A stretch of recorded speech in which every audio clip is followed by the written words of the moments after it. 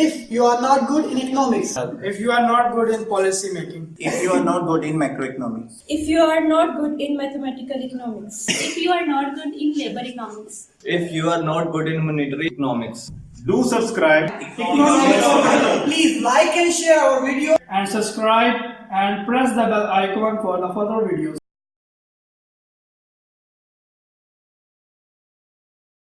बिस्मिल्लाहिर्रहमानिर्रहीम। National income क्या होती है? आपके जितने भी सिटीजन हैं उनकी इनकम को आप ऐड कर दें, that is called national income. यहाँ एक साल के दौरान जितने भी एक्सपेंडिचर्स हुए उन एक्सपेंडिचर्स को आप जमा कर दें तो ये हमारी नेशनल इनकम आएगी। आगे है different concept of national income.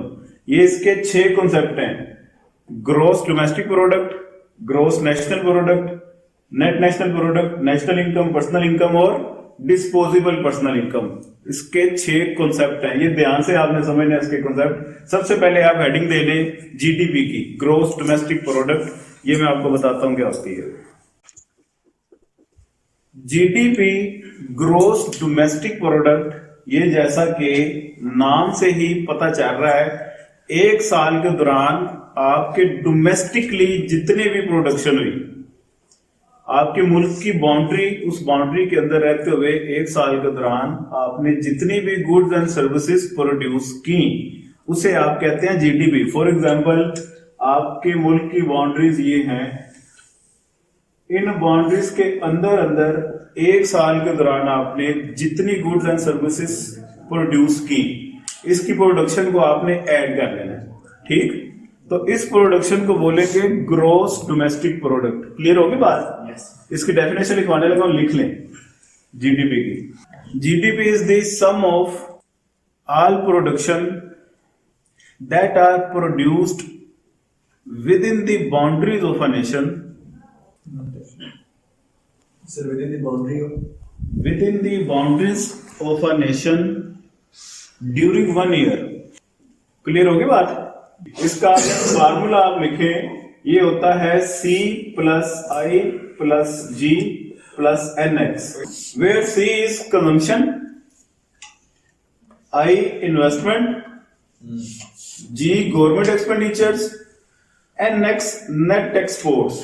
Net export क्या होती है? एक्सपोर्ट माइनस इंपोर्ट, इसे नेट एक्सपोर्ट कहते हैं। एक्सपोर्ट को X से डिनोट किया जाता है और इंपोर्ट को M से, I plus G plus NX। जी क्या गवर्नमेंट एक्सपेंडिचर्स। क्लियर? आगे दूसरी हेडिंग दें जीएनपी। जीएनपी क्या है? जो आपने एक साल के दौरान गुड्स एंड सर्विसेज प्रोड्यूस की inside the boundaries of a nation. अब उसमें बेशुमार ऐसे लोग भी हैं जिन्होंने प्रोडक्शन की जो आपके मुल्क के नेटिव्स नहीं है, जो आपके मुल्क के नेटिव्स नहीं है, किसी और मुल्क से आए हुए कमाने के लिए, और यहाँ पे उन्होंने प्रोडक्शन में हिस्सा डाला। अब वो क्या करेंगे? जितनी भी उनकी अर्निंग्स है उसको वो एट द एंड पैसे जितने भी हैं अपने अपने आबाई वतन वापस भेज देंगे। तो ऐसे तमाम लोगों की प्रोडक्शन को आपने जीडीपी में से माइनस कर देना है। क्लियर होगी बात? के दोबारा बताऊं? yes sir। अच्छा, दूसरी बात, बेशुमार इस तरह के लोग होंगे जो हमारे अपने मुल्क में इस वक्त मौजूद नहीं है, वो दूसरे ममालिक में गए हुए हैं कमाने के लिए। तो वो क्या करेंगे? जितनी भी अर्निंग करेंगे एट द एंड हमारे मुल्क में वापस अर्निंग लेके आएंगे।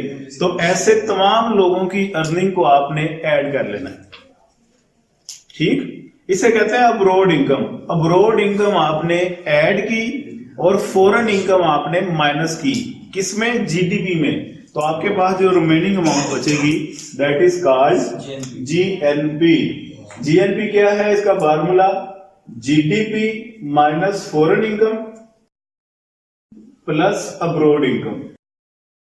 अब पाकिस्तान एक डेवलपिंग नेशन है, डेवलपिंग नेशन का इमेज दिमाग में रखते हुए आप मुझे बताएं कि जीडीपी की वैल्यू ज्यादा होगी पाकिस्तान में या जीएनपी की वैल्यू ज्यादा होगी?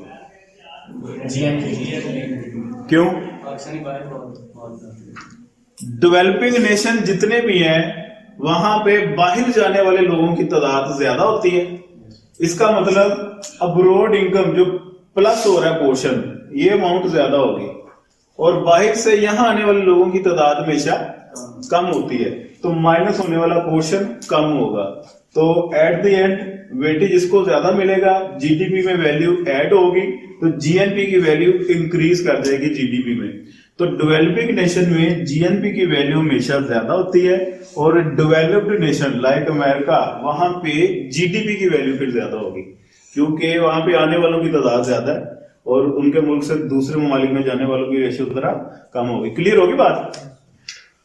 GDP GNP. तीसरे नंबर पे है net national product. Sir second की डेफिनेशन। सेकंड की डेफिनेशन लिख लें जी। If we subtract abroad income, if we subtract foreign income and add abroad income in our GDP, we will get GNP. अच्छा, तीसरा पॉइंट है net national product. Net national product क्या है जी? आपने एक साल के दौरान जितनी भी गुड्स एंड सर्विसेज प्रोड्यूस की, उनको मेंटेन करने के लिए कुछ ना कुछ अखराजात भी बियर किए होंगे आपने। हो सकता है कि कोई कैपिटल उसको रिपेयर करना पड़ा हो, कोई मशीन पुर्जा रिप्लेस करना पड़ा हो, मेंटेन करने के लिए जितने भी आपने एक्सपेंसेस किए, इन्हें कहते हैं डेप्रिसिएशन अलाउंसेस। तो जीएनपी में से डेप्रिसिएशन अलाउंसेस आप माइनस कर दें, तो रिमेनिंग जो अमाउंट बचेगी वो होगी एनएनपी। ठीक, ये इसका फार्मूला बन गया। यही इसकी आप डेफिनेशन में लिख लें। We subtract depreciation allowances from GNP, we will get NNP. Depreciation allowances मैं रिपीट करता हूं, पहले ये इसकी डेफिनेशन लिख लें। डेप्रिसिएशन अलाउंसेस मैं दोबारा बताने लगा हूं। कैपिटल मेंटेनेंस कॉस्ट भी से कहते हैं, जो आप कैपिटल कंज्यूम कर रहे हैं, इस्तेमाल कर रहे हैं, यूटिलाइज कर रहे हैं, तो उसको मेंटेन करने के लिए जितने भी आपने अखराजात बर्दाश्त किए, तो वो कहलाएंगे डेप्रिसिएशन अलाउंसेस। इसे डेप्रिसिएशन को कैपिटल कंजम्पशन कॉस्ट भी कहते हैं। कैपिटल कंज्यूम करने के दौरान आपने ये बियर किए ना एक्सपेंसेस, तो कैपिटल कंजम्पशन कॉस्ट। इसे रिप्लेसमेंट कॉस्ट भी कहते हैं। रिप्लेसमेंट कॉस्ट क्यों कहते हैं इसे बोला? फॉर एग्जाम्पल, ये एक रूम है आपके पास, इसका एक साल के दौरान आपको रेंट आ रहा है, तो साल के दौरान हो सकता है कि आपने एक दरवाजा खराब हो गया और रिप्लेस किया हो, एनर्जी सेवर खराब हो गया हो, आपने रिप्लेस किया हो, तो रिप्लेसमेंट कॉस्ट भी इसे कहते हैं। इसे वियरिंग एंड टियरिंग अलाउंसेस भी कहते हैं। उर्दू में से क्या कहते हैं, कौन बताएगा आप में से? डेप्रिसिएशन अलाउंसेस को बड़ा मजे का तर्जमा इसका उर्दू में, जो बताएगा उसे 10 रुपए नाम गूगल किए बगैर। टियरिंग एक्सपेंसेस या अलाउंसेस को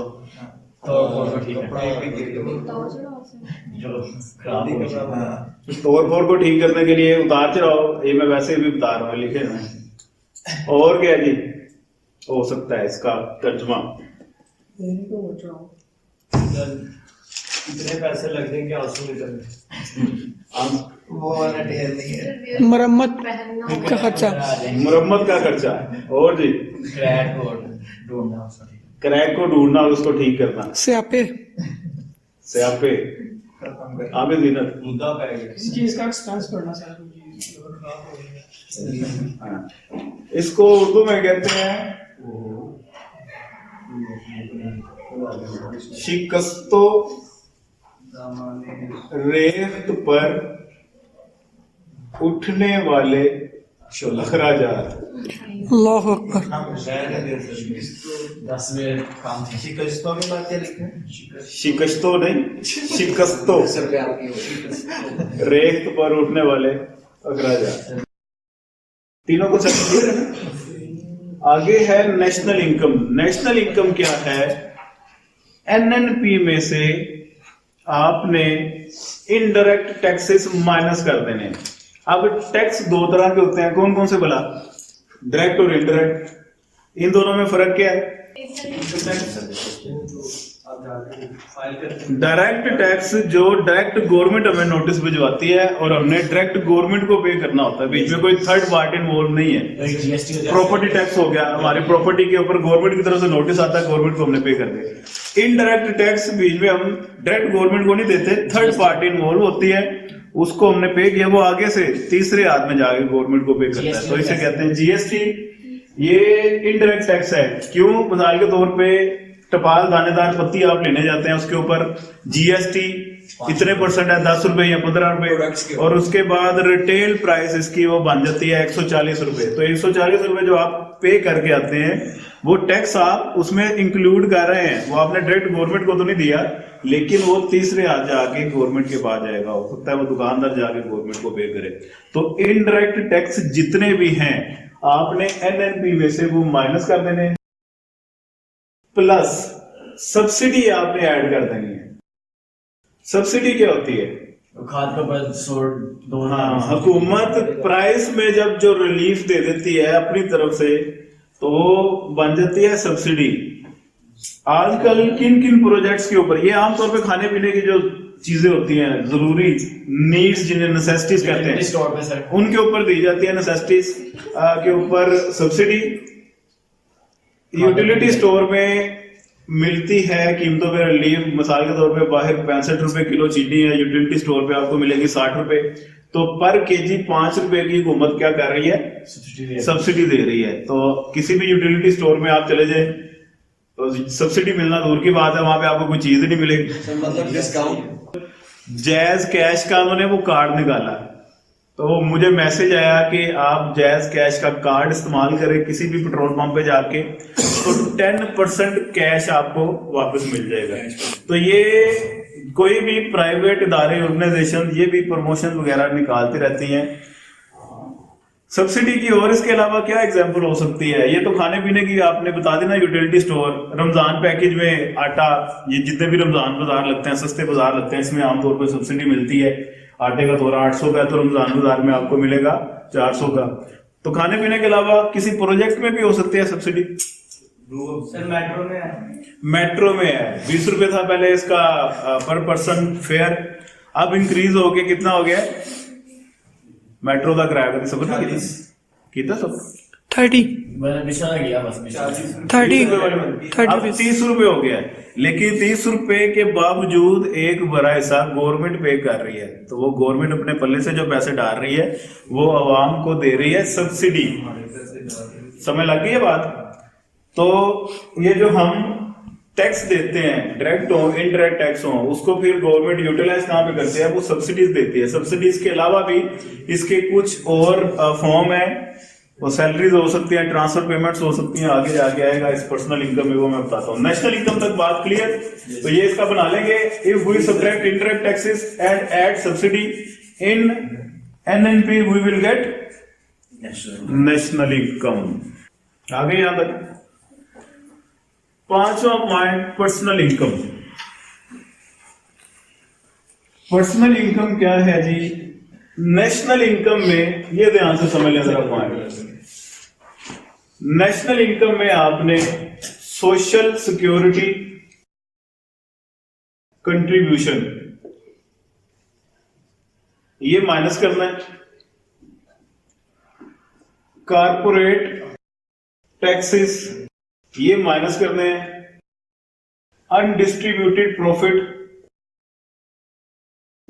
माइनस करनी है, और लास्ट में ट्रांसफर पेमेंट ये ऐड कर देनी है। सोशल सिक्योरिटी कंट्रीब्यूशन क्या होता है? जितने भी सरकारी मुलाजमीन है इनका सोशल सिक्योरिटी का एक कार्ड बना होता है। अब जितने प्राइवेट मुलाजमीन है वो सभी का तो नहीं, उनमें से कुछ मुलाजमीन वो सोशल सिक्योरिटी कंट्रीब्यूशन का वो भी कार्ड बनवा लेते हैं। अब जिन जिन का कार्ड बना हुआ है उनकी हर महीने कुछ डिडक्शन होती है, वो डिडक्शन आपने माइनस कर देना है। उस डिडक्शन को कहते हैं सोशल सिक्योरिटी कंट्रीब्यूशन। किस काम पे आती है?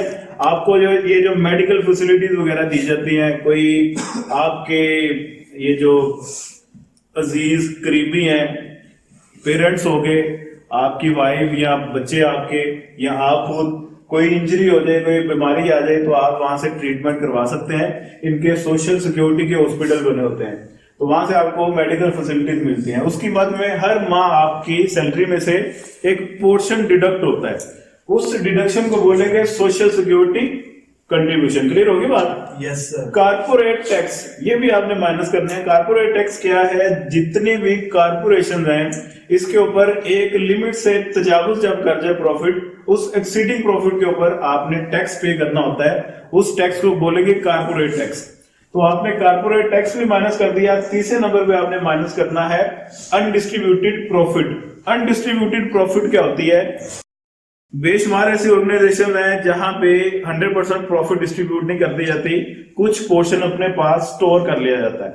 उदाहरण के तौर पे 100 रुपए अगर प्रॉफिट हुई तो 80 रुपए डिस्ट्रीब्यूट कर दिए और 20 रुपए सेव कर लिए अपने पास। जो 20 रुपए डिस्ट्रीब्यूट नहीं हुए उसे बोलेंगे अनडिस्ट्रीब्यूटेड प्रॉफिट। अब वो उसका पर्पज क्या होता है?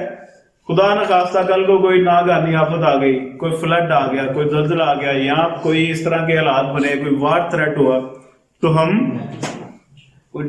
फैक्ट्रियों को आग लग जाती है, कोई इस तरह के इंसिडेंट हो जाते हैं, तो बिल्कुल ही हम फुटपाथ पे ना आ जाए। बैकअप पे हमारे पास इतनी अमाउंट होनी चाहिए कि उससे हम दोबारा से रिवाइव कर सके।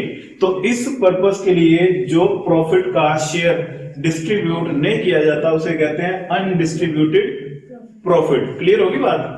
और लास्ट में ट्रांसफर पेमेंट आपने ऐड कर देनी है। ट्रांसफर पेमेंट क्या होता है? ऐसी अर्निंग। ट्रांसफर पेमेंट सुन ले जरा बेटा ध्यान से। ट्रांसफर पेमेंट ऐसी अर्निंग है जो आप कोई मेहनत वगैरह तो नहीं करते, लेकिन विदाउट एनी एफर्ट आपको गवर्नमेंट की तरफ से वो दे दी जाती है। वो कोई वजीफा हो सकता है, वो स्कॉलरशिप हो सकती है, वो मुलाजमत के बगैर जो पेंशन मिलती है वो पेंशन हो सकती है, आपकी ये बेरोजगारी अलाउंस जिसे कहते हैं ये हो सकते हैं। तो इस किस्म की जितनी भी आपको अर्निंग्स मिले, कोई स्कीम, लैपटॉप स्कीम निकली थी पीछे और स्टूडेंट्स को लैपटॉप दिए जाते हैं, तो सोलर पैनल वगैरह, इस किस्म की जितनी भी स्कीम और अर्निंग्स हैं जो आप अर्न करते हैं विदाउट एफर्ट, उसे फिर कहा जाता है ट्रांसफर पेमेंट। तो ट्रांसफर पेमेंट आपकी अर्निंग को ज्यादा करती है, इसलिए आपने ये पोर्शन ऐड कर देना है। बाकी ये तीनों पोर्शन क्योंकि आपकी अर्निंग्स को कम कर रहे हैं, डिडक्ट हो रहे हैं, इनको आपने माइनस कर देना है। किस में से? नेशनल इनकम में से। तो आपके पास जो रिमेनिंग अमाउंट बचेगी उसे बोलेंगे पर्सनल इनकम। ये 5 कॉन्सेप्ट हो गए। इन पांचों में किसी पॉइंट में कोई तकलीफ है तो बता दें मुझे।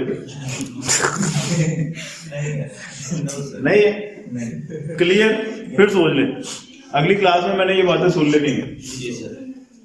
लास्ट में है डिस्पोजेबल पर्सनल इनकम। इसे डिस्पोजेबल इनकम भी कहते हैं और इसे डीपीआई, डिस्पोजेबल पर्सनल इनकम से भी डिनोट किया जाता है, या YD, Y for income, national income, और D stands for disposable. Disposable income के लिए वाईडी का सिंबल भी मैथमेटिक्स के जो स्टूडेंट है उनमें ये नोटेशन मैथमेटिकल इकोनॉमिक्स में आमतौर पर इस्तेमाल होती है वाईडी की। तो वाईडी का मतलब होता है डिस्पोजेबल इनकम। डिस्पोजेबल इनकम क्या है? आपकी पर्सनल इनकम में से पर्सनल टैक्स माइनस करते हैं। पर्सनल टैक्स को डायरेक्ट टैक्स भी कहते हैं। डिवाइड किसी की? ये डिवाइड नहीं किया। पर्सनल टैक्स को डायरेक्ट टैक्स भी कहते हैं। डायरेक्ट टैक्स क्योंकि थ्रू आउट प्रोसीजर में हमने कहीं पे भी माइनस नहीं किया, तो लास्ट में आप डायरेक्ट टैक्स जैसा कि प्रॉपर्टी टैक्स हो गया, ऐसे भी आप अगर माइनस कर दें तो गिनती के जो आपके पास पैसे बचेंगे, रिमेनिंग अमाउंट बची कुची, वो क्या होगी? Disposable personal income.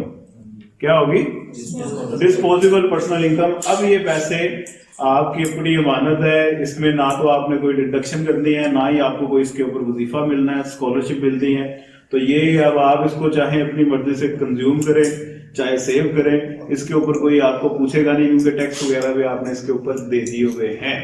ये जो प्योर आपकी स्पेंडिंग के लिए आपकी अपनी मलकियत है, ये इसे बोलेंगे डिस्पोजेबल पर्सनल इनकम। ये थे जिसके डिफरेंट कॉन्सेप्ट। ये टॉपिक था आज का। उम्मीद है ये समझ आपको लग गए होंगे तमाम पॉइंट्स। किसी में अगर कोई कंफ्यूजन है तो इसको लाजमी देख के आइएगा, मुझे बताइएगा, अगली क्लास में इसको फर्दर फिर डिस्कस कर लेंगे। तो ये जी पाकिस्तान जिंदाबाद।